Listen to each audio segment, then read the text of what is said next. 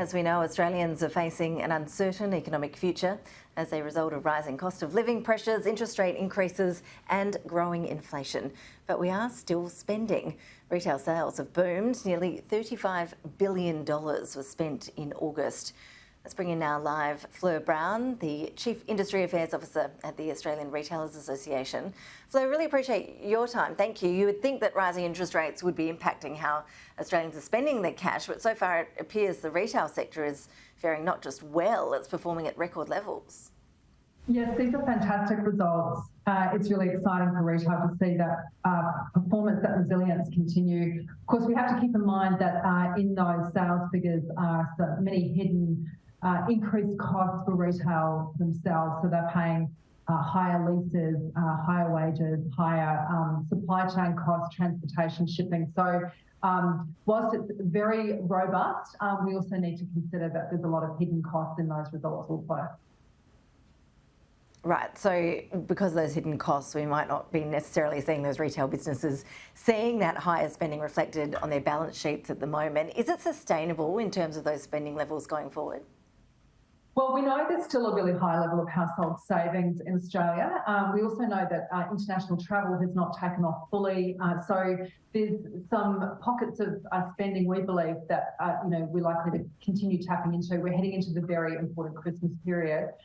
We do predict, however, there's a lag effect with the inflation side of things. Certainly moving into next year, we would expect to see more impact with Australians tightening their belts as they start to feel the true impact of mortgage rate increases and the like. Yeah, you mentioned Christmas. I say the Christmas trees are already up in all the big department stores. What is the expectation for Christmas trading this year? How much are Australians expected to actually spend on gifting over that period? Well, we would say we're cautiously optimistic for Christmas. It is the biggest trading event of the year for retailers. Up to 2/3 of retailers make most of their profits during that time. So it's really a significant time. We feel that the spending will still be there quite strongly. We don't have a final prediction yet. We're still testing some of that consumer sentiment. We'll have those results out shortly. But we're certainly expecting it to be pretty strong. We're not hampered by the threat of lockdown this year, and I think that's a really important distinguishing characteristic for this year's trading. I just had a look and it's just under 12 weeks till Christmas, so that should be enough to scare everyone right around the nation watching this interview, trying to get on with that Christmas shopping. When should we be doing that? What are the big sale periods on the horizon where people can actually expect to snap up some bargains in the lead up to the big day? Well, we're certainly seeing trends not only in Australia but around the world to bring forward some of that spending to start getting spending in early for Christmas. We know that supply chain challenges can make it quite a disappointing time if you don't plan because there might be something you really set your heart on and you just find that it's sold out or it's going to take a while for it to be available in store. So we would strongly recommend getting in early this year if you can for those reasons. And of course, some Australians are bringing forward their spending so that they can take advantage of prices as they last. We know that inflation is continuing to rise, so that's something that many Aussies will be factoring into their spending this year.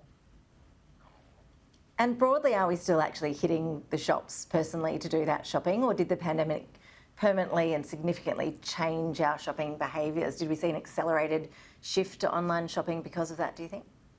There was quite a strong increase in online shopping through lockdown periods. And of course, there's been a residual effect of that. We've got more online shopping happening, but it's still the large majority of shopping, at least 85% is being done in stores.